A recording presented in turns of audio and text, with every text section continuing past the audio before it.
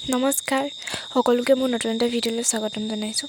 আজি এই ভিডিঅ'টো অকণমান দীঘলীয়াই হ'ব, 2 মিনিটমান হ'ব আৰু আজি গৈছিলোঁ পথাৰ চাবলৈ বুলি, কাতি বিহুৰ দিনা ইমান দূৰলৈকে যোৱা নহ'লে, তো আজি মাহঁতৰ লগত সেইকাৰণে ওলাইছোঁ আৰু যাবলৈ বুলি।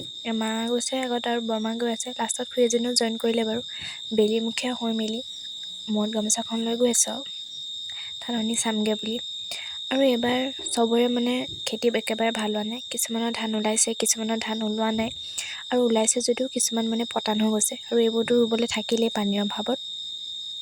আৰু এই আশী গতি এইবাৰ চাগে চাউলৰ চাগে অভাৱেই হ'ব, আৰু দামো বাঢ়িব, আৰু এইবিলাক চাওক ধানৰ থোক ভালকৈ ওলোৱাই নাই, কিছুমানতো একেবাৰে ধান বুলিবলৈ নাই, অকল গছজোপাহে আছে।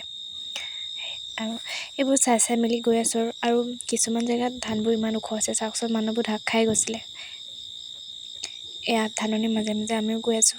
তাৰপিছত কেইজোপা যে দেখিছে দাঁতকৈ থকা, সেয়া হৈছে মোৱালো নে মৰালো নে কি কয় সেইটো, ইমান ধুনীয়াকৈ গছজোপা হৈ আছে, আলু চাগে হ'ব মেবি। আৰু এইটো সময়ত যে পথাৰখন দেখিবলৈ ইমান ভাল লাগে, বেলিটো এনেকৈ থাকিলে এনেও ভাল লাগে বাৰু। আৰু আবেলি সময়কণৰ পথাৰটো ক'বই নালাগে কথা। আৰু আপোনালোকে গাঁৱলীয়া পৰিৱেশ কেনেকুৱা পায় জনাব।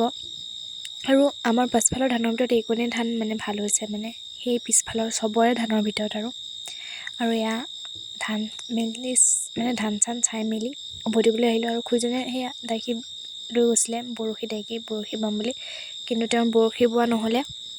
আমি জল্দিকৈ আহিছোঁ জোক লাগিব বুলি সন্ধিয়া সময়ত।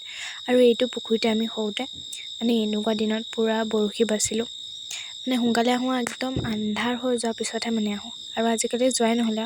এইফালে আগতে আন্ধাৰ আছিলে, আজিকালি গছ চছ কাটি মেলি নাইকিয়াই কৰিলে, এতিয়া বাৰু পোহৰে হৈ গ'ল, আগতে একদম আন্ধাৰ হৈ থাকে। আৰু আজিলৈ ভিডিঅ'টো ইমানেই, আজিলৈ আহিছোঁ, বাই।